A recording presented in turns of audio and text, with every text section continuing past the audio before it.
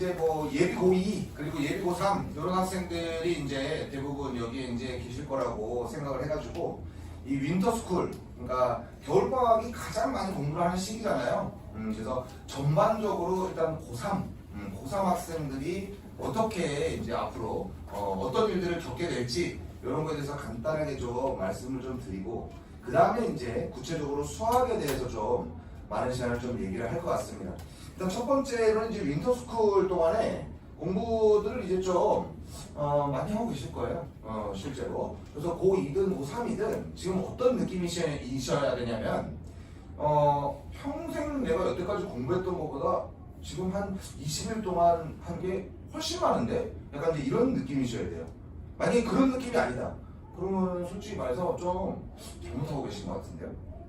지금 한 20일 동안 내가 공부한 거는 그동안 살아왔던 거에 비해서 너무 많이 하는 거야. 저 공부를 하기 위해서 태어난 거야. 거의 이런 느낌으로 지금 하고 계셔야 됩니다.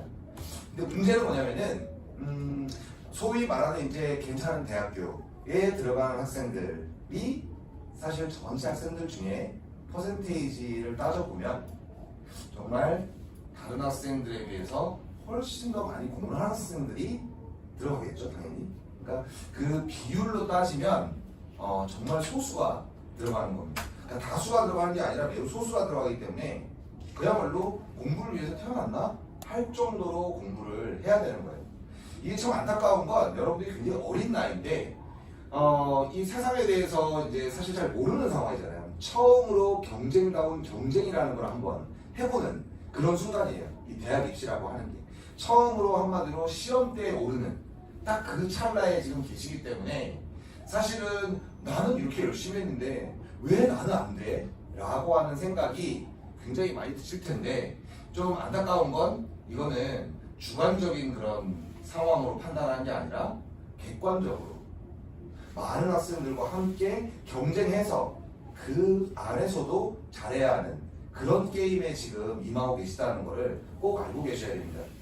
이 윈터스쿨 때 내가 열심히 했다고 해서 무조건 내가 점수가 오르냐? 사실은 그렇지는 않아요. 왜냐하면은 윈터스쿨은 누구나 다 열심히 하기 때문에 마치 이거는 10인 11각 달리기 같은 그런 느낌이에요. 그러니까 조금 세게 말씀드리면 내가 지금 뛰지 않으면 죄송합니다만 넘어질 수밖에 없는 그냥 끈 풀고 혼자 그냥 주저앉아서 울고 있는 근데 뛰어도 남들보다는 앞서가지는 않는 그런 상황이에요. 그래서 많은 학생들이 이 윈터스쿨을 지난 다음에 3월 모의고사 같은 데에 굉장히 이제 뭔가 기대를 걸게 됩니다. 실제로. 물론 3월 모의고사가 중요하지 않다는 얘기는 아니에요. 그런데 사실 3월 모의고사, 특히 고3 3월 모의고사는 선택 과목의 경우에는 시험 범위가 100%가 아니에요. 매우 일부분의 시험 범위가 들어가거든요. 그러므로 사실은 3월 모의고사가 이꼴 수능이다 이렇게 보기는 솔직히 말해서 좀 힘들어요. 고등학교 2학년 올라가시는 분들도 고2 모의고사가 아니요. 아직은 그렇게 판단하기에는 너무 좀 섣부르다 이렇게 좀 말씀을 드리고 싶어요. 더더군다나 겨울방학 2개월 정도 공부를 한 거 가지고 뭔가 엄청난 효과가 나온다 이렇게 생각을 하는 거는 좀 미안한 얘기이지만 여러분들의 노력을 너무 폄하해서가 아니라 마치 이건 한 헬스장에 한 3일 정도 아령 들고 나서 왜 난 가슴 근육이 탄탄해지지 않지? 라고 생각하는 거랑 마찬가지죠. 겨우 다이어트 고구마만 먹는 거 이틀 정도 하고 난 왜 늘씬해지지 않지? 라고 생각하는 거랑 비슷한 이치라고 저는 생각해요. 그게 아니라 굉장히 꾸준하고 지속적인 그런 노력, 지치지 않는 그런 노력이 제가 볼 때는 좀 필요한 그런 상황인 겁니다. 이 고3 같은 경우는 3월 모의고사를 보고 나서 조금은 실망을 하게 돼요. 왜냐면 내가 원하는 점수는 잘 나오지 않거든요. 그래서 중간고사에 또 많은 거를 기대하게 됩니다. 자, 요 찰나가 되게 중요한데 3월 모의고사와 중간고사 사이에 이 겨울방학 때 공부했던 수능 스타일의 공부를 잠시 내려놓게 되거든요. 또 학교에서도 수시 모집의 원서 같은 거를 얘기를 하면서 내신 시험의 중요성에 대해서 굉장히 많이 강조를 하다 보니까 문제가 발생해요. 수능 스타일의 공부를 하다가 다시 내신에 올인을 하는 그러한 상황을 직면하게 되는데 이때 바로 실력이 살짝 떨어지기 마련입니다. 더더군다나 요 찰나에 재수생들은 본격적으로 공부를 하기 시작하기 때문에 여기에서 사실상 현역과 재수생의 격차가 벌어지기 시작한다는 거죠. 중간고사가 끝나고 나면 5월 초가 돼요. 근데 어린이날 즈음 해가지고 날씨가 너무 좋아지거든요. 그래서 이게 갑자기 고등학생들이 대학생이 된 듯한 약간 좀 그런 느낌을 받게 됩니다.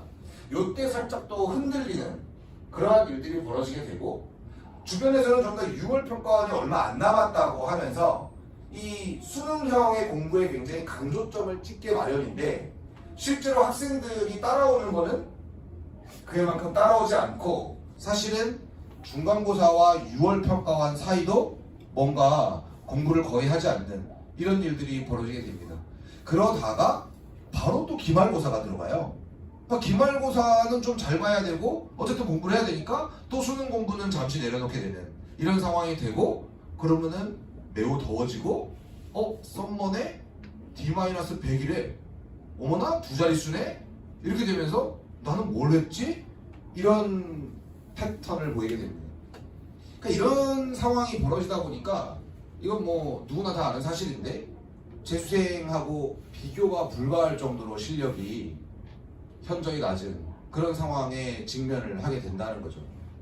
사실은 이제 잠깐 아주 간단하게 상반기가 어떻게 흘러갈 것인지에 대해서 좀 얘기를 해봤는데, 아마 여기 재수생분들이 있다면은 자신의 고3 때의 모습을 약간 돌아보게 마련이기도 하고요.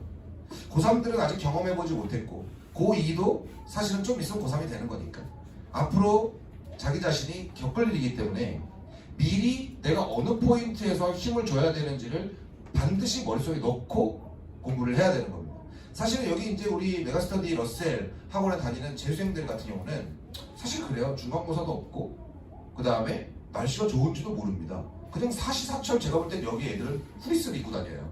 그러니까는 여름에는 에어컨이 나오니까 춥다고 후릴 수 있고, 겨울에는 원래 추우니까 후릴 수 있고, 거의 제가 볼 땐 이 정도면 애가 태어나면 후리스를 국가에서 지급해야 되는 거 아닌가라는 생각이 들 정도로 제가 볼 때는 거의 다 후리스, 후드티 무조건 이거 입고 다닙니다. 사시사철복이에요 거의.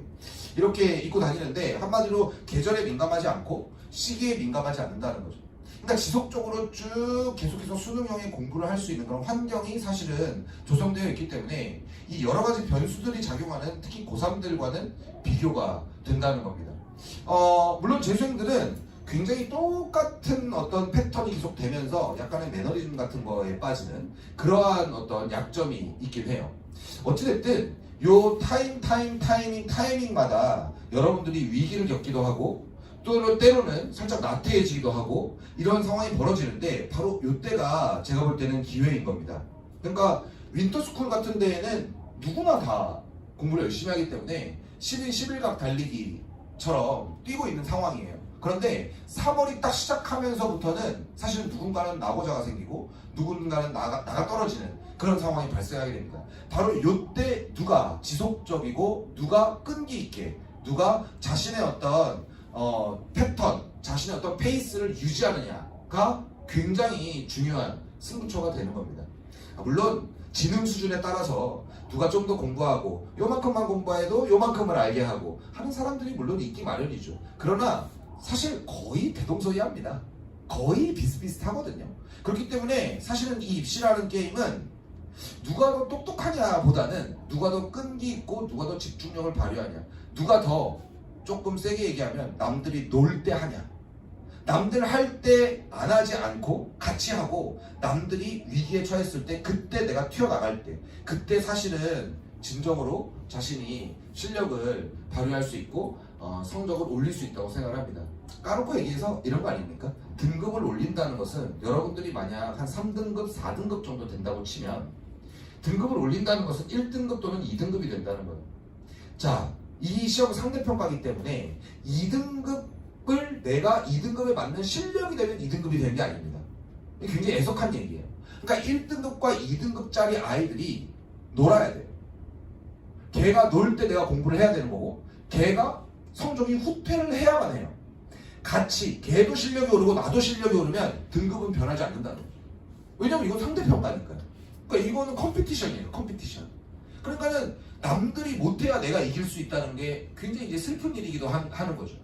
그렇기 때문에 이것은 내가 주관적인 어떤 능력으로 내가 열심히 해서 뭔가 된다? 아니요. 정말 미안한 얘기인데 그건 너무 당연한 얘기인 거고, 여기에 하나 더 좀 더 토핑을 올리고 데코레이션을 뿌리자면, 남들이 위기에 겪었을 때, 즉 누구나 다 힘들어할 때, 바로 그때 누가 더 꾹 참느냐. 그래야 앞에 앉아있는 아이 보고 툭툭 치며 나와 거기 내 자리야 라고 했을 때 순순히 일어나지 않겠습니까? 바로 그럴 때 성적이 올라간다는 것을 꼭 기억을 해주시고, 사실은 수학뿐만 아니라 어떤 공부를 하더라도 특히 대학 입시에서는 이런 얘기를 꼭 좀 해드리고 싶습니다. 그래서 때로는 힘들고 때로는 나는 왜 이렇게 성적이 안 오를까 이런 생각을 할 텐데, 다 기회가 있기 마련입니다. 그 기회가 올 때까지 여러분들은 참고 계속해서 전진을 좀 해야 할 것입니다. 전반적인 어떤 수험생의 어떤 라이프, 마음가짐 이런 것에 대해서 좀 얘기를 좀 드려봤고요. 본격적으로 수학에 관련된 얘기를 좀 하겠습니다. 제가 사실은 오늘 제일 하고 싶은 얘기는 이겁니다. 이 말을 제일 많이 합니다. 그러니까 선생님의 설명을 들으면 알겠다는 거예요. 교과서에 있는 뭐 지수, 로그, 함수, 등차 수열의 합 공식, 그 다음에 미분을 어떻게 하는가, 다 알겠다는 거죠. 읽어보면 다 알겠고 기본 예제 풀면은 다 알겠다는 겁니다. 그런데 응용된 문제를 딱 풀기 시작하면은 이제 이렇게 되는 거예요. 근데 더욱더 황당한 건 바로 이 얘기예요. 그래서 선생님한테 질문을 합니다. 또는 내가 때마침 몰랐던 그 문제를 수업 시간에 선생님이 풀어줘요. 또는 해설지를 살짝 보면 난 왜 이 생각을 못했지? 라는 바로 그 생각을 하게 됩니다. 아직 나는 이런 걸 느껴보지 못했다. 이러면 둘 중에 하나입니다. 하나는 머리가 너무 좋아서 배우는 족족 모든 게 다 이해가 가고 자기 머릿속에서 알아서 응용력까지 생겨서 기본 개념만 배웠는데도 불구하고 어려운 문제가 그냥 술술 풀리는 학생이 있는, 근데 여기 앉아있을 것 같지는 않습니다. 여러분들의 표정을 보니. 그러면 두 번째 케이스는 이겁니다. 아직 개념이 너무 안 차 있는 겁니다. 그러니까 예를 들면 우리는 이렇게 생각을 해보죠. 구구단을 모르는 초등학교 1학년 겨우 2학년 이런 아마 뭐 사촌 동생 같은 그런 아이가 있다고 칩시다. 얘한테 여러분들은 세 자릿수 곱하기를 가르쳐 줘야 됩니다. 무슨 수로 가르치나요 이걸? 구구단을 모르는데 7, 9 하는데 애가 엄마 하면서 갑니다. 근데 이걸 어떻게 세 자릿수 곱하기를 무슨 수로 가르치냐고요. 그러니까 이거는 구구단이 안 돼 있는 겁니다. 그러니까 제 말에 만약 동의가 안 된다, 이거는 좀 미안한 얘기인데 너무 기본적인 개념이 너무 안 돼 있는 겁니다. 아예 선생님들의 설명을 들었는데 이해가 안 간다, 이거는 그 분야에 대해서 너무 모르시는 거예요. 그러니까 아주 기본적인 개념을 일단 채울 필요가 있는 거죠. 그런데 실제로 공부를 좀 해보면 기본적인 개념은 여러분들이 집중해서 한두 번만 들으면 사실은 워낙 저를 포함해서 너무 잘 가르치기 때문에 사실 그대로 이해가 가고 기억하기 마련입니다. 그러나 수능에 나오는 드디어 4점짜리부터는 뭔가 얘기가 달라집니다. 2점짜리, 3점짜리 같은 경우는 그래도 좀 금방금방 되는 것 같은데, 이 핵심이 되는, 좋은 대학에 가는, 여러분들이 원하는 대학에 가는 이 핵심 문제가 되는 4점짜리부터는 이게 지금 혼자서는 도저히 할 수 없는 듯이 보인다, 이런 얘기인 겁니다. 그래서 어떻게 하면 선생님들처럼, 어떻게 하면 해설지에 써 있는 것처럼 나는 발상을 떠올릴 것인가? 도대체 이 학원 강사들은 어느 학원에 다니길래 도대체 이 문제를 풀어봐요. 그러면 줄줄줄줄 풀어내는 거. 이게 무지성으로 여태까지 평생 살면서 계속해서 문제만 풀어온 결과인가? 아니면은 자기들끼리 뭔가 돌려보는 어떤 족보, 이 밖에는 절대로 공개하지 않는 어떤 그런 게 있는가? 어쩜 이렇게 이 사람들은 이렇게 술술 잘 푸나? 하는 거에 대해서 제 머릿속은 어떻게 굴러가는가에 대해서 좀 얘기를 좀 해보고자 하는 것입니다. 핵심적으로는 그렇습니다. 요즘 스타일입니다. 킬러 문제를 내지 않기로 했습니다. 그러면은 어떻게 변별을 해야 되나요? 어차피 우리가 갖고 있는 미션과 출제자가 갖고 있는 미션은 똑같습니다. 그러니까 우리도 경쟁에서 이겨야 되고, 그럼 거꾸로 얘기하면 출제자들은 똑같은 문제를 내서 경쟁을 시켜야 돼요. 누가 더 변별력이 있고 누가 더 똑똑한 아이인가를 가려줘야 됩니다. 이 시험은 모두가 다 실력이 향상했군, 대한민국 청년들 만세 해가지고 박수치고 서로 얼싸안고 지금 이렇게 하는 게 아닙니다. 여기는 그게 아니라 얘네 둘이 잘하는데 야 이것들 봐라 이 둘 중에 누가 더 잘하지? 이걸 반드시 가려야 하는 시험이기 때문에 킬러를 원래는 내야 됩니다. 그래서 누군가를 죽여야 돼요. 근데 내지 말라잖아요. 그럼 어떻게 해야 돼? 야 그러니까 이게 알쏭달쏭한 말로 치장을 좀 해야 됩니다. 야 헷갈리지? 맞지? 이런 거를 한마디로 해야 된다 이 말이죠. 그래서 실제로 이른바 문해력이라는 말이 굉장히 이제 핫 이슈로 떠오르고 있는 겁니다. 이 어린아이들이 청소년들이 그러니까 고3, 고2, 재수생, 20살 안팎의 요 아이들이 실제로 문해력이 떨어져서가 아니라 저는 그렇게 생각하지 않습니다. 전혀요. 어떻게 문해력이 떨어지겠습니까? 이렇게 많은 매스미디어를 접하고 있는 아이들인데요. 거의 항상 영상과 뭔가 글과 인스타그램과 이런 걸 항상 쥐고 있는 애들인데 무슨 수로 문해력이 떨어집니까? 아닙니다. 그게 아니라 헷갈리게 말하는 것에 대해서 익숙하지 않을 뿐입니다. 그러니까 수학 문제도 이 많은 학생들이 얘기를 합니다. 원래는 영어가 많이 그랬는데 난 단어를 알겠는데 도대체 해석은 다 되는데 뭔 말인지 모르겠다 이 얘기인 거고, 수학도 마찬가지예요. 선생님들의 설명을 들으면 알겠는데 문제만 딱 보면 도대체 뭔 소리인지 모르겠다. 이게 지금 아이들의 제일 큰 고충이라는 겁니다. 그래서 제가 컨셉을 잡은 게 이런 시험 체제를 뚫고 나가려면은 수학 문제를 읽을 줄 알아야 한다고 생각을 하는 겁니다. 문제를 읽을 줄만 알면 제가 볼 땐 기본적인 개념들을 가지고 있으면, 즉 여러분들이 이해하기 쉽게 얘기하면 구구단을 알고 있으면 이제 문장을 해석만 할 줄 알면 충분히 여러분들은 중킬러 어려운 문제 충분히 뚫고 나갈 수 있다. 저는 이렇게 생각을 합니다. 일단은 사례를 들어서 좀 얘기를 해보겠습니다. 첫 번째로는 일단은 떠올려야 하는 실전 개념이라는 게 좀 있습니다. 왜냐하면 이 시험은 100분 내에 30문제를 풀어야 하는 미션이 또 있는 시험이라는 거죠.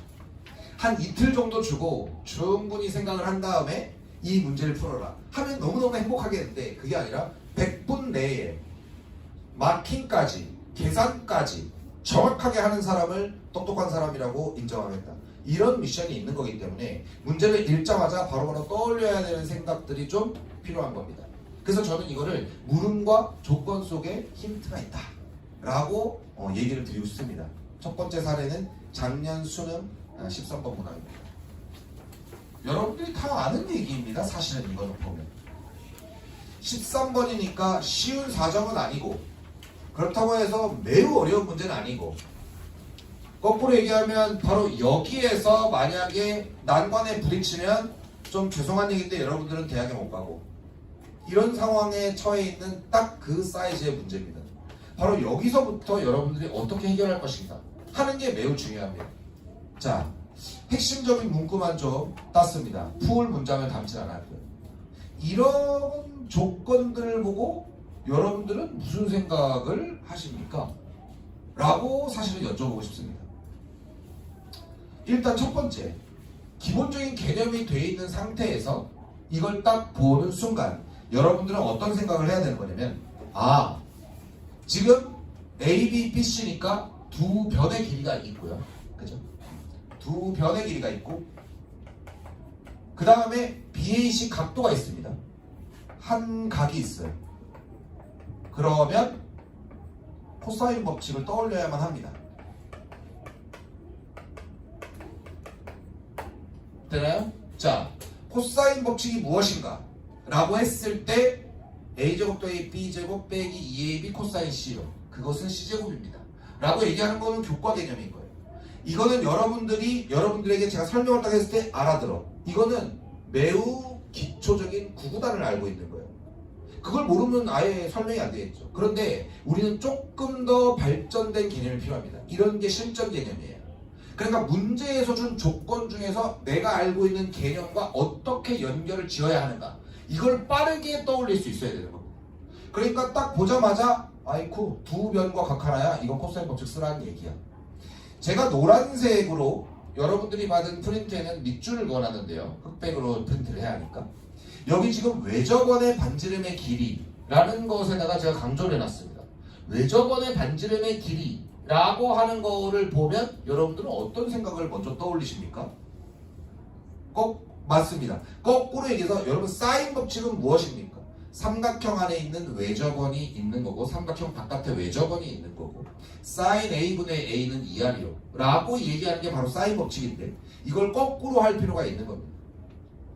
되십니까? 이런 게 바로 실전 개념인 겁니다. 문제를 보자마자 외접원의 반지름의 길이 사인 법칙 하라는 거네. 이 문제의 풀이에는 반드시 사인 법칙이 등장할 겁니다. S2 이퀄 6분의 5 S1 사실은 요 다음에 그림이 삽입이 돼 있었는데 요 삼각형의 넓이와 요 삼각형의 넓이의 조건의 비교로 식을 쓰라고 사실은 출제자는 얘기를 하는 겁니다. S2와 S1 사이의 관계로 식을 쓰렴. 그러니까 해설의 첫 줄은 이런 데에서 시작해 보렴 이라고 얘기를 한다는 거죠. 그러니까 문제의 출제자가 써놓은 걸 가만히 읽고 이걸 가지고 해설에 써먹어야 하는 개념들을 떠올릴 줄 알아야 하는 겁니다. 선생님들이 설명하는 개념을 듣고 그렇지 맞네 영만이 설명 잘하네 이제 이렇게만 하는 게 아니라 그게 아니라 이걸 읽고 내 머릿속에서 이거와 연관된 개념들이 착착착착착착 지나가서 빨리 그걸 끄집어내는 거를 연습을 해야 한다 이런 말입니다. 무슨 말인지 이해가십니까? 또 하나의 사례를 한번 들어보겠습니다. 요거는 이제 작년 수능 20번 문항입니다. 20번 문항. 20번 문항에는 제가 뭐 이 문제를 오늘 다 풀겠다는 게 아닙니다. 너무 겁먹지 마시고 핵심적인 것만 딱딱 찍을 겁니다. 지금 3차 함수가 하나가 있고 점 중에서 아닌 점이 A라고 하는 건데 X축과 만나는 점을 B라고 하고 여기 또 있죠? OB를 지름으로 하는 원위의 점. 자, OB를 지름으로 하는 원위의 점. 요런 말은 실전 개념적으로 이건 무슨 말을 하는 거냐면 지름의 원주각이 중요한 핵심 쟁점이라고 얘기하는 겁니다. 지름의 원주각은 직각이라고 하는 점을 이용하라는 겁니다. 자, 지름의 원주각은 직각. 이거는 중학교 때 원래 배우는 거예요. 그런데 이러한 문구들이 딱 나오는 순간 직각인가? 라고 하는 생각을 빨리빨리 떠올려야 되는 겁니다. 그러니까 선생님들이 설명하는 지름의 원주각은 직각. 요 도식이 아니라 거꾸로 된 문장을 읽고 내가 알고 있는 개념을 빨리 떠올리려는 거예요. 무슨 말인지 아세요? 그런데요. 이 문제를 만약 어려워했던 사람은 제가 볼 때 기출 분석이 안 돼 있는 사람입니다. 왜냐? 바로 작년 상황학교 문제에 똑같은 문구와 똑같은 구도가 존재했습니다. 이거는 상황학교 시험 문제, 작년 상황학교 시험 문제 21번인데요. 그러니까 즉 당해년도 기출이었다는 거예요. 작년 수능 문제로 똑같이 나온 게 작년 상황학교 문제에서 비슷한 게 똑같이 나왔다는 겁니다. 물론 수능은 3차 함수로 얘기했고 상황학교는 탄젠트와 코사인으로 얘기했습니다만 바로 뒷문장에 보시면 A1, A3를 지름으로 하는 원, 이 문제의 풀이 역시나 지름의 원주각이 직각이라고 하는 점이 핵심 안건이었습니다. 그러니까 당해년도에 나온 기출도 제대로 하지 않고 수능 시험에 임했다 이렇게 얘기를 한 꼴이 된다는 거죠. 무슨 말인지 아십니까? 즉 어떻게 보면 이런 겁니다. 지금 시험이 계속해서 무슨 신유형이 나오고 있고 새로운 문제가 나오고 있다고 사람들은 얘기하는데 저는 약간 생각이 다릅니다. 왜냐하면 사실은 올해든 그 전년도든 기출문제에서 써먹었던 표현이 거의 그대로 다 나오고 있는 상황이고 그 다음에 사실 문제의 표현을 보고 실전 개념을 떠올리는 즉 실전 개념이라 하면 원래 교과 개념 A면 B다 이런 식의 개념이 아니라 이걸 듣고 이해하는 게 아니라 B라는 걸 보고 내 머릿속에 있는 A를 끄집어내는 방식의 개념을 가지고 있으면 사실은 이 정도 급에 있는 문제들은 아주 수월하게 넘어갈 수 있다고 저는 생각하는 겁니다. 많은 사람들이 지금 그렇게 얘기하는 거 아닙니까? 지금 어려운 사점, 쉬운 사점이 구분이 안 간다. 즉 10번, 11번, 12번, 13번서부터 어려워지고 거기에서 막히는 학생들이 중상위권이 가장 지금 위험에 처해 있다. 즉 쉬운 4점이라고 일컬어지는 4점들이 만만치 않기 때문에 거기에서부터 시험을 망치니까 결국은 준킬러 킬러는 풀 수도 없는 그런 시간적 제약이 따른다. 그러니까 시험이 사실상 수학 시험이 어렵다. 이런 얘기인 건데 요 정도 급에 있는 문제들이 기출 문제를 조금만 제대로 하고 그 다음에 실전적인 개념이라는 거를 잘 단원별로 머릿속에 담고만 있으면 사실은 해결하는데 제가 볼 때는 큰 문제는 없겠다. 이런 겁니다. 조금만 부연 설명을 드리자면 이 개념을 아는가 하는 거에 대해서 많은 고민들이 있을 겁니다. 도대체 개념은 몇 번을 돌려야 하는가? 도대체 가장 좋은 개념서는 누구 책인가? 어떤 책을 나는 봐야 하는가? 이게 아마 많은 학생들이 질문하는 것 중에 또 하나입니다. 이 개념이라고 하는 건 이런 겁니다. 아인슈타인이 이런 얘기를 했습니다. 너 설명할 줄 모르면 너는 이해하지 못하는 거야. 이렇게 얘기했거든요. 자, 그러니까 이런 겁니다. 선생님들이 설명하거나 개념서를 읽고 이 말이 무슨 말인지 이해하는 것 좀 미안한 얘기지만 그건 아직 이해가 덜 된 겁니다. 사인 법칙에 대해서 설명하고 어떠한 실례가 있는지를 설명해봐라 라고 했을 때 백지를 꺼내놓고 쫙 설명할 수 있어야 되는 겁니다. 코사인 법칙이 무엇인지 기본적인 개념을 설명하고 어떨 때 코사인 법칙을 쓰는지를 설명하라 라고 했을 때 백지를 꺼내놓고 쫙 쓸 수 있어야 너는 사인 법칙, 코사인 법칙을 확실하게 아는 겁니다. 설명할 줄 모르면 이해하는 것이 아닙니다. 제 얘기를 좀 해드리자면 저도 공부 좀 했죠.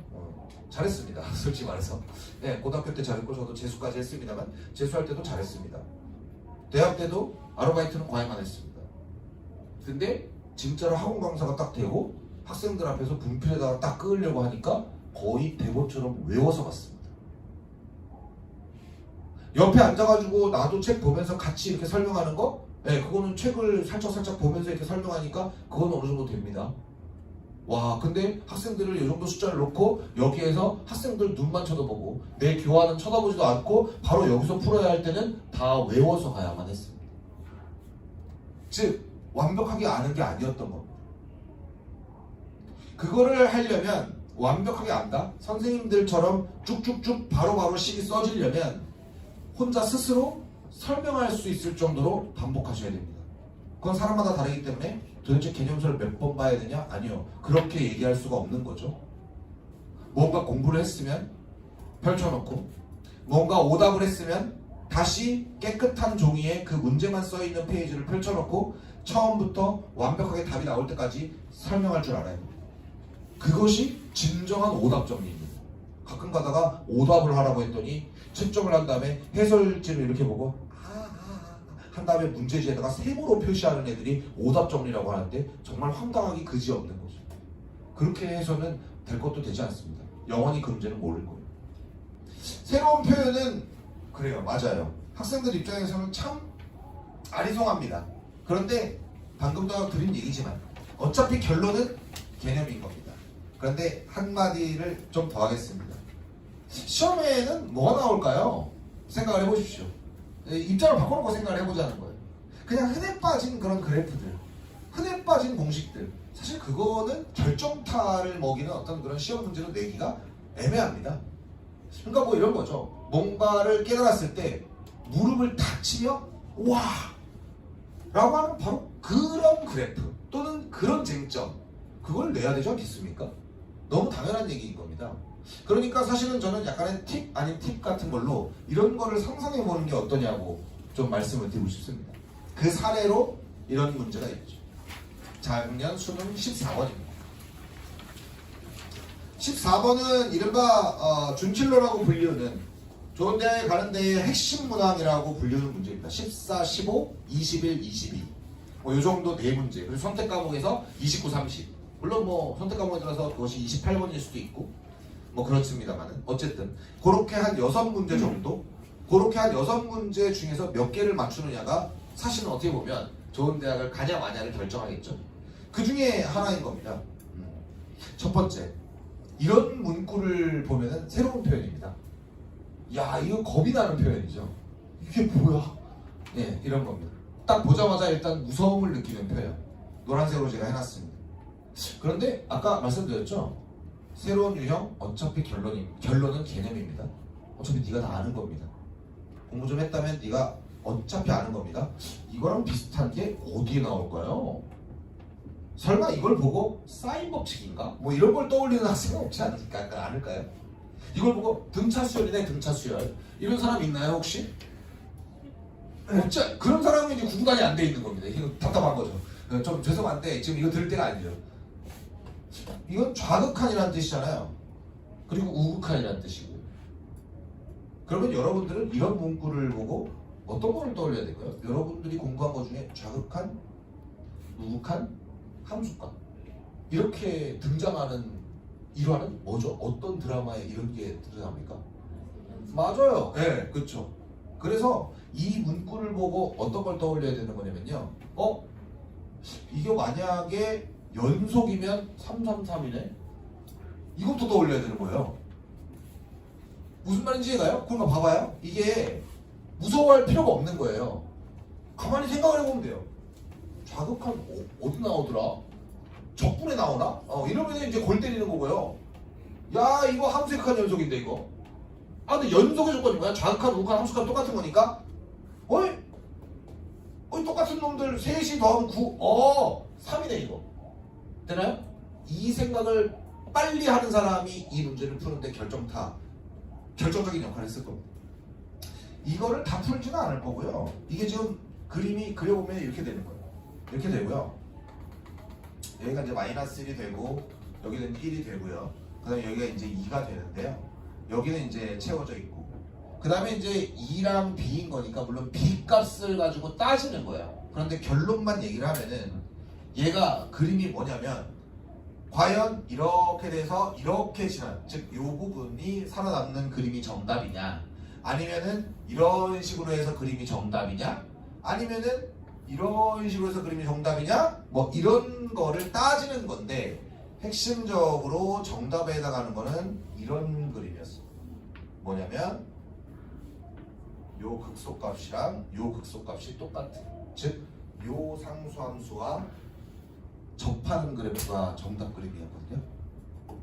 저 같으면 물론 이제 저는 선생이니까 여러분들에게 이렇게 가르치고 있습니다. 실제로 이런 거 저런 걸 따져야 되는 거면 100% 답이 접하는 그래프는 아니지만 거의 대부분 접하는 그래프니까 생각을 이상한 애들 먼저 하지 말고 핑크색으로 그어놓은 거부터 생각하라. 이런 건 어떻게 보면 실전 개념이기도 하고 문제를 풀어내는 팁이기도 하고 사실 출제자의 의도를 파악하는 거이기도 합니다. 왜냐? 아까 맨 처음에 말씀드렸죠? 출제자의 의도가 뭘까요?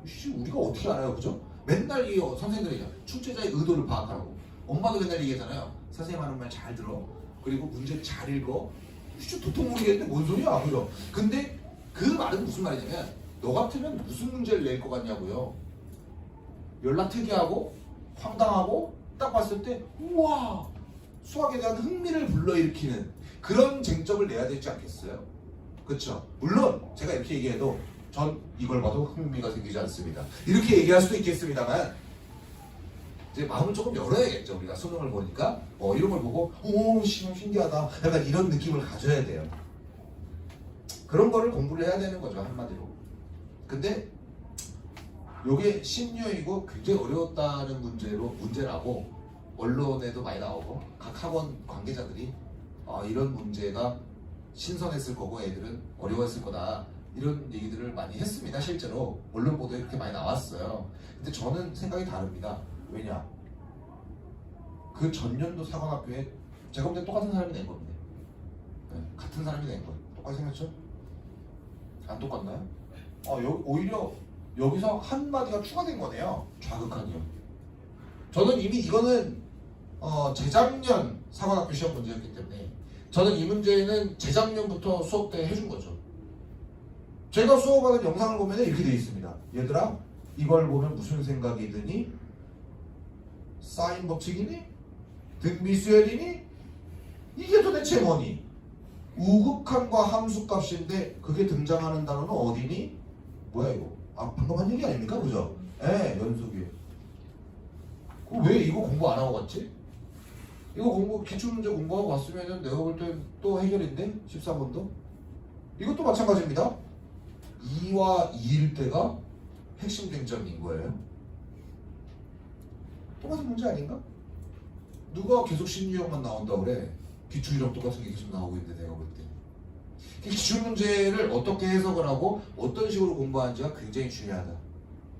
이건 100번 강조해도 모자람이 없는 거죠. 또 특이한 그래프는 바로 접선 아닐까 싶습니다. 그래서 접할 때가 답이고 접선이 답이라는 얘기예요. 올해 수능 12번입니다. 3차 함수가 하나가 있고요. 그죠? 3차 함수가 하나가 있고 이렇게 되어 있는 건데 0과 6과 9인 거죠. 지금 보니까. 그러니까 한 이쯤 어디쯤에서 직선을 그으라는 얘기예요.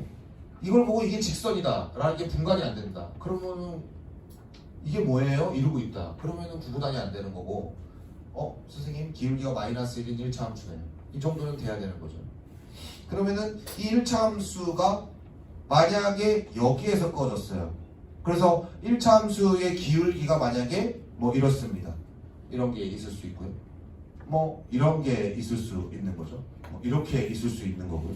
그죠? 또는 여기에서부터 이렇게 있을 수 있는 거고요. 등등. 근데 여기에서 넓이의 최대값이라는 얘기가 있거든요. 사실 제가 그렇게 떠올렸습니다만은 수능 문제 PDF로 받아보고 나서 나 참나 넓이의 최대값? 너무 클래식한 방식으로 힌트를 주는데 이런 생각을 했습니다. 왜요? 넓이의 최대값은 이건 접선인 겁니다. 그러니까 여기에서 요 점에서의 접선이어야 둘러싸인 분의 넓이가 최대가 되는 거죠. 그러니까 이거는 접선을 떠올려라. 접선 특이하잖아요. 아니요, 전혀요. 하나도 특이하지 않습니다. 이렇게 생각하시지 말고 이런 아이템들을 배워야 하는 겁니다. 우리가 맞춰야지. 그러면 어떻게 해요? 출제자 보고 맞추라고 할 수 없잖아요. 평가원 씨 좀 특이한 거 내지 마세요. 이럴 수는 없는 겁니다. 무슨 요즘 애들은 전화기를 이렇게 한다고 하죠. 네, 그래요. 네. 저는 좀 옛날 사람이라. 어쨌든 그렇습니다. 그래서 접선. 이걸 보고 접선이 답이다. 이런 걸 떠올려야죠. 신유형이냐고요? 좋아요. 6월 평가원입니다. 작년 6월 평가원.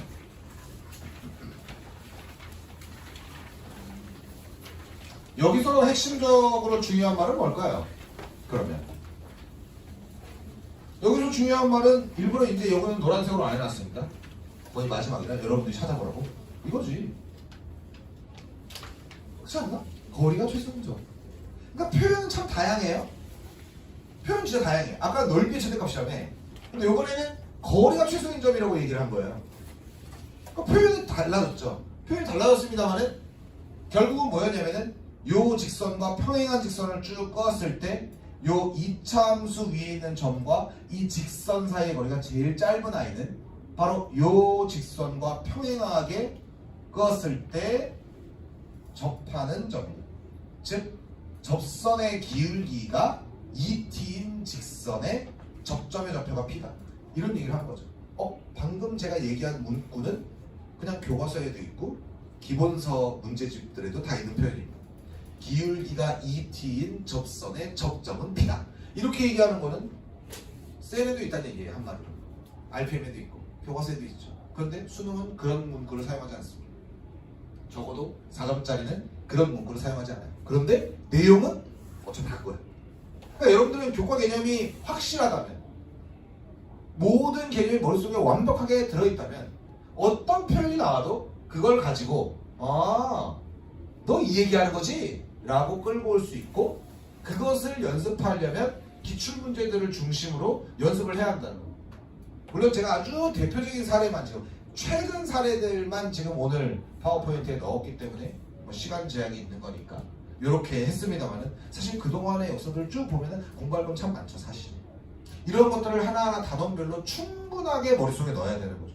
이런 방면으로 연습하고 저런 방면으로 연습하고, 그것이 진정한 수능 스타일의 공부다, 이렇게 생각을 하시면 되겠습니다. 표현이 굉장히 아리송하다고 했죠. 그러면 조금 더 보여드릴게요. 문장을 읽는 방법. 작년 6월 평가원 20번입니다. 굉장히 많은 학생들이 또 틀렸다. 6월 평가원은 상당히 어려운 시험지로 평가를 받고 있습니다. 네. 바로 6월 평가원이 너무 어려웠다고 평가를 받았기 때문에 킬러 문항을 배제하라고 지시사항이 떨어졌던 거예요. 20번 문항입니다. 노란색이 보이시나요? 노란색으로 체크해놓은 거. 저걸 보고 우리는 어떻게 얘기를 해야 될까요? 굉장히 상식적인 아이디어들을 떠올리면 됩니다. 모든 실수 x에 대해서 x를 g 함수에다가 넣으면 4를 넣은 것보다 크거나, 이게 무슨 말일까요? 이게 무슨 말일까요? 이런 거는 교과서에 없었죠. 그런데 여태까지 제가 쭉 얘기한 거를 잘 생각해보면 네가 아무리 이렇게 얘기하고 저렇게 얘기해봐라 어차피 교과서에 있는 개념인 겁니다. 그래서 제가 수업 시간에 많이 이런 얘기를 해요. 이거 마치 연애편지 같아. DM 같다. 썸 타는 사람들끼리 보내는 DM. 애들이 다 표현이 달라요. 그렇지 않나? 많이 받아봤나 봐요. 자, 그래서 이제 많이 이제 막 뭐라고요? 반사? 자, 막 거기서 막 이런 표현도 날라오고 저런 표현도 날라와요. 뭐가 어쩐다는 등, 뭐 밤거리가 여기에 가면은 뭐 야경이 겁나 예쁘다는 등, 뭐 우리 한강에 가자는 옛날 생각이 많이 나네요. 자, 그래서 어쨌든 이제 그런 상황입니다. 그런데 이게 지금 이 표현이 굉장히 많아요. 그런데 이 말이 뭐냐면 이게 극소입니다. x 이퀄 4에서 극소예요. x 이퀄 4에서 극소값을 갖습니다 라는 얘기는 교과서에 있죠. 그런데 수능은 그렇지 않아요. 그런데 결국은 내용은 그겁니다. 아무리 많은 DM이 날라오고 뭐 얘는 뭘 어쩐다더라 드라이브 갈래 뭐 그 다음에 하이볼을 먹자 뭐 이런 얘기 전부 다 뭐예요? 사귀자는 얘기예요. 맞죠? 그러니까 결론은 그거잖아요. 다 마찬가지야. 얘도 x 이퀄 4에서 극소 라는 얘기인 건데 야, 이 기발한 생각을 해낸 겁니다. 그럼 이건 이 표현은 뭘까요? 이거는 어떤 걸 알아쳐야 될까요? 이거는 진짜 상식적으로 생각하면 되는데 그러니까 이렇게 생각하면 돼요. x에다가 뭘 넣어도 그 절대값은 야 3을 넣은 거보다는 무조건 큰 거야. 아니 둘 다 절대값이잖아요. 절대값인데 x에다가 3을 넣은 함수값에다가 절대값을 한 거는 한마디로 제일 쪼렙이라는 얘기예요. 무조건 얘한테 져. x가 누가 와도 얘가 무조건 밑에 까는 거야. 맞지? 그럼 뭔 소리야 이게? 주상 0이라는 거. 그죠? 근데 또 말 들으니까 알겠죠? 근데 맨 처음에는 이게 뭔 소리냐 이런 거죠. 그러니까 이런 거를 연습을 좀 해야 돼요. 이런 게 문장을 읽는 방법이라는 겁니다. 가장 어려웠던 것으로 평가받는 문제. 작년의 기출 문제들 중에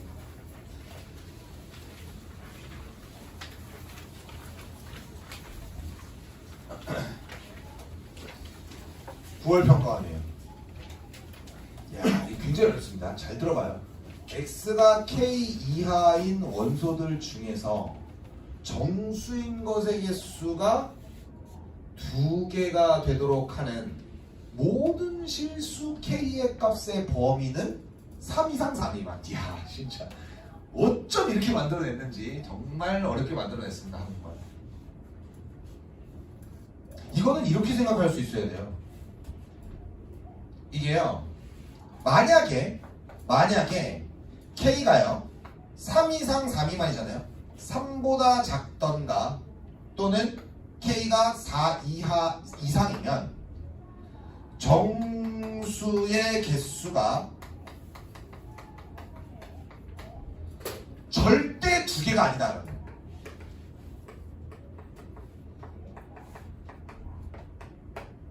돼요? 무슨 말인지 알아요? 이렇게 해석을 할 줄 알아야 돼요. 요즘 이런 게 유행이에요. 지금 요즘 수능 평가원 시험지에는 자꾸만 이런 말을 만들어내거든요. 그러니까 이거 또한 연습을 해야 돼요. 문장을 읽는 방법. 오케이? 교과 개념에 이어서 문장을 읽는 방법을 알아야 돼요. 이게 지금 정수인 것의 개수가 2가 되도록 하는 애들을 죄다 모아봤자 3 이상 4 미만이다 이렇게 얘기하는 거야. 그러니까 이 얘기는 그럼 거꾸로 3보다 작거나 4 이상이면 정수의 개수가 절대로 2개가 아니라는 얘기네? 이렇게 우리는 얘기를 해요. 한마디로 말싸움을 해야 돼요. 무슨 말인지 이해갔죠? 근데 이것도 완전히 새 거냐? 저는 그렇게 생각 안 하거든요. 저는 시험지를 딱 만나자마자 하이, 이전 또 말장난을 냈어? 이렇게 하면서 이런 식의 해석을 할 수 있었던 근거는 뭐였냐면 얘네 그 전년도 사관학교 문제. 이건 뭔 말일까요? 요 부분이요. xf'x가 0보다 크다 라고 하는 것을 만족시키는 x들을 모두 모아봤더니 1과 3 사이다. 이거는 어떻게 해석할까요? 저는 원래 이 문제를 보고 이건 이렇게 풀어야겠다 라고 생각을 하고 작년 9월 평가원을 아까처럼 해석을 했는데 여러분들 거꾸로 작년 9월 평가 문제에 대한 해석을 먼저 해줬잖아요. 그런 다음에 거꾸로 요거 한번 해봐요. 그럼 이거는 뭐라고 얘기를 할 수 있을까요? 일단 첫 번째, x 곱하기 f 프라임 x가 0보다 크다라고 하는 거에 대해서 일단 먼저 해야 되는데, 첫 번째로 x가 0보다 크면 f 프라임 x는 0보다 크고요. 또는 x가 만약에 0보다 작으면 f 프라임 x는 0보다 작다는 얘기예요. 양 곱하든가 곱해야 양수가 되지. 여기까지 콜? 자, 근데 이거를 만족하는 애들을 최다 모든 실수 다 끌어모아봤자 1과 3 사이라는 거예요. 근데 1과 3 사이라고 하는 것은 1과 3 사이라고 하는 것은 여긴디? 그죠? 그러니까 1과 3 사이에서는 f 프라임 x가 0보다 커요 라고 얘기를 한 거고, 그럼 이거는 얘는 이걸 만족하는 애는 없어요. 이거는 만족할 수가 없어요. 왜? x가 음수인데 f 프라임 x가 음수인 바로 그게 단 한 명이라도 있으면 이거를 만족하는 모든 x를 다 끌어모아봐야 이거가 다야 라고 말을 못해요. 그러니까 말싸움 하기 시작하는 거죠, 얘가 지금. 그러면 x가 음수일 때는 f 프라임 x가 음수다가 해가 없다는 거니까 이 얘기인 즉슨 x가 음수이면 f 프라임 x는 무조건 양이에요, 0 이상이에요 라고 얘기를 한 거랑 마찬가지죠. 무슨 말인지 알아요? 이거 국어야. 그러니까 결국 이거 국어가 되는 거예요 지금. 그러니까 이런 식의 출제자와 출제자의 의도를 파악하는 건 이런 걸 의미하는 거예요. 야, 네가 진짜로 얘기하고자 하는 게 뭐야? 라고 하는 걸 자꾸만 연습을 해야 한다는 거죠. 그러니까 요즘 수학 문제가 아이씨 개념 알겠고 선생님이 자세히 설명해주면 알겠는데 나는 아무 생각이 안 나. 이런 이유는 뭐냐면 무지성으로 문제를 많이 풀어서 해결되는 게 아니라 최근에 나오는 유행하는 스타일의 문제들을 가지고 자꾸만 말싸움을 하려고 해야 되고 자꾸만 논리적으로 따지려고 해야 되고 얘가 말하는 거랑 원래 있었던 개념을 연결 지으려고 하는 거를 해야 되는 거예요. 그게 공부하는 방법이고 현 세대에서. 오케이? 무슨 말인지 가요? 그래서 이제 저 같은 경우는 이제 이런 거를 가르친 거죠 결국. 그러니까 원래 이제 여기는 이제 아직 수능 공부를 깊게 한 학생들은 아니기 때문에 이제 초심자들 뭐 고2 올라가거나 고3 올라가거나 기껏 해봐야 재수 뭐 삼수를 해도 이제 막 시작하는 지금 1월이니까 그런 학생들이라서 아마 단순하게 열심히 문제 푸는 거 그거에 익숙해져 있을 거예요. 특히 내신은 그럴 수밖에 없어요. 그러니까 단순히 문제만 열심히 푸는 거 그게 다가 아니에요. 그렇게 해가지고는 내신은 잘 나오는데 모의고사가 안 나와요. 이거 백발백중 그거예요. 애는 성실한데 수능용 공부를 안 하는 아이들. 그거 골 때려요. 그거 뜯어고치기 진짜 힘들거든요. 그런데 방향을 새롭게 하나 잡아주셔야 돼요. 내신 공부는 내신 공부고 수능 스타일의 공부를 하셔야 돼요. 최저를 맞추셔야 되든 정시로 대학을 가시든 수능에서 고득점을 맞고 싶으면은 수능 형태의 공부를 해 조금 시간을 투자를 많이 하셔야 돼요. 그래서 저는 이제 그냥 뭐 교재에 있는 1번부터 몇 번까지 오늘 푼다. 그냥 저스트 문제풀이를 하는 거 그거를 보여주는 건 아니에요. 제 수업은.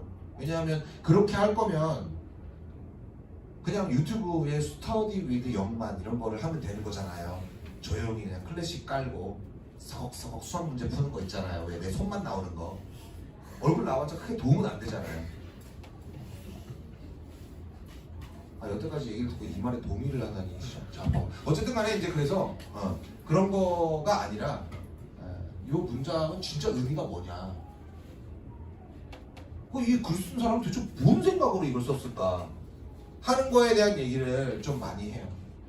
그 다음에 맨 처음 했던 얘기 기억나요? 어떤 조건을 봐야 되는 거냐. 여기에서 한마디로 발상을 맨 처음 시작하는 교과 개념은 뭐냐. 이거 떠오르냐 맞냐. 두 변 각하나 코사인 떠오르는 거 맞냐. 좌극한 우극한 함수값 있을 때 연속이라는 거 떠오르는 거 맞냐. 그런 거를 자꾸만 연습을 해야 한다는 거죠. 복습을 할 때도 포인트는 여러분들은 그런 걸 해야 되는 거예요. 문장 이거 어떻게 읽어야 되는 거냐 도대체. 가만히 아까 같은 문장들 여러분들 잘못하면은 가만히 보고 팔짱 끼고 가만히 뭔 소리냐 이런 거 많은 거예요. 그게 아니야. 머릿속에 얘와 연관돼 있는 교과 개념이 빨리 떠올라야 되고 이게 이 얘기인가? 이게 이 얘기인가? 이게 이 얘기인가? 이런 거를 생각할 줄 알아야 되는 거죠. 제가 이제 뭐 아무래도 말하는 수업을 많이 해요. 결국 수학인데 이 논리력 수업인 거죠 사실상. 문장을 읽는 방법 이런 걸 하기 때문에 제가 이제 영상 같은 거를 무조건 꼭 주고요. 복습 영상 꼭 줘요. 그래서 여러분들이 열심히 이제 볼 수 있도록 지금도 진행을 하고 있는 거고요. 그 다음에 아무래도 이제 제가 한 말을 기억을 해야 되잖아요. 그러니까 이제 손필기 같은 거를 항상 줘요. 그래서 보면서 이렇게 할 수 있게. 아까 어떤 선생님의 손필기 되게 예쁘다고 했는데 제 손필기는 예쁘지는 않아요. 제가 직접 쓰거든요. 대신에 장점은 제가 수업한 내용이랑 똑같다는 거예요. 저는 이제 요런 이제 주간지 같은 거를 내고요. 네. 제가 이제 뭐 전반적으로 다 괜찮잖아요. 목소리도 괜찮고, 눈의 쌍꺼풀도 되게 진하고. 근데 조금 없어요. 그래서 정말 소중한 건 이거 주면 진짜 다 준다. 약간 이런 각오로 주는 거예요. 왜요? 진단평가 매일매일 봐요. 그런 다음에 제가 주는 게 이런 부교재 같은 것도 갖고 있고요. 실전 모의고사도 매주 2개씩 주고 있어요. 제 수강생들은 알고 있을 거예요. 그 다음에 이제 요런 거를 좀 해줘요, 제가. 이게 뭐냐면 이제 시험을 봤잖아요. 그러면 이제 저는 한 명 한 명을 다 다른 프린트를 줘요. 그러니까 거기에는 틀린 문항이 있고 그거에 비슷한 문항이 무조건 따라붙어요. 그러니까 얘 프린트가 다르고 얘 프린트가 다르고 얘 프린트가 다르죠. 그거를 제가 다 만들어주고 이 문제에서는 마찬가지로 어떤 교과 개념을 봐야 되고 어떤 문장을 읽었어야 되는 건지에 대한 저의 코멘트 이렇게 해서 드려요. 그래서 수능의 고득점을 맞으려면은 자꾸만 이런 핵심 쟁점이 뭐냐, 이 문장을 어떻게 읽어야 되냐 하는 거를 공부를 해야 돼요. 그게 고득점으로 가는 굉장히 중요한 관건이 될 거예요. 단순히 문제를 많이 풀어가지고는 좀 많이 걸려요, 시간이. 혼자서 이걸 체득해야 돼요. 과연 이게 10개월 만에 되냐 하는 문제에 저는 약간 의문이에요. 이게 진짜 되는 건가? 수학만 한다고 해도 그게 되나? 아니 왜냐하면 이런 거잖아요. 내가 좀 살을 찌워야겠어. 한 3일 동안 계란에다가 라면에다가 계란 풀고 치즈를 한 5장씩 올려갖고 먹어도 3일 동안 먹어도 살이 잘 안 쪄요. 그러니까 뭐냐면 다이어트든 살을 찌우려고 하는 거든 먹고 시간이 지나고 소화가 되고 영양분이 공급되고 이렇게 해야 살이 찌든지 살이 빠지든지 하는 거예요. 시간이 지나야 한다는 거죠. 그러니까 이걸 체득을 하려면 시간이 필요한 건데 그냥 무작정 문제만 많이 푸는 것으로 경험적으로 그걸 채우려고 하면은 조금은 한계는 있다. 그러니까 약간의 방향성을 가지고 공부를 좀 할 필요가 있는 거다. 처음에 했던 얘기 다시 한번 하면서 끝내려고 해요. 그러니까 오늘 또 이런 얘기 듣고 나면은 그래 방향을 잘 잡아야지 해놓고 윈터스쿨을 하고 난 다음에 왜 난 열심히 했는데 점수가 안 올라? 또 이러고 있어요. 그러니까 이제 맨 처음에 했던 얘기 다 까먹은 거죠. 좀 세게 얘기할까요? 안 올라요. 알겠죠? 너무 큰 기대 하지 마요. 근데 안 하잖아요? 그냥 망하는 거예요, 그거는. 그러니까 지금은 사력을 다해서 하는 거예요. 선생님 미치겠어요. 입안에 뭐가 다 터지고 뭐가 나고 막 난리 났어요. 네. 안 그러면 이상한 거예요, 지금. 계속 그냥 거의 아픈 게 일상인 거예요. 나 미치겠네요. 왜 이렇게 어깨가 결리죠? 목이 아프죠? 눈이 진짜 미치겠어요. 네. 당연하죠. 안 하던 짓 하니까. 자, 어쨌든 간에 지금 안 하던 짓을 미친 듯이 하고 있어야 되는 거예요. 안 하면 큰일 나요. 그런데 남들이 지쳤을 때 그때 도 해야 돼요. 그래야 네가 이겨요. 느려도 돼요. 느려도 돼요. 원래 느린 거예요. 아니 오히려 갑자기 확 오르면 뭐 이상한 거예요. 제일 재수없는 사람들이 졸부잖아요. 안 그래? 맞잖아요. 그죠? 갑자기 졸부네. 있는 거 아니야? 다 이러잖아요. 맞아요. 그러니까 그거 별로 부러워할 거 아니에요, 우리. 느려도 돼요. 원래 느린 거예요, 그리고. 계속 영양분 받고 있는 거예요, 여러분들. 대신에 꾸준해야 돼요. 절대로 후퇴하면 안 되는 거예요. 절대로 내려놔 버리면 안 되는 거예요. 그 내려놓는 게 나 안 해 하고 들어놓는 걸 의미하는 게 아니에요. 그게 아니라 수능의 공부를 꾸준하게 해야 된다는 거예요.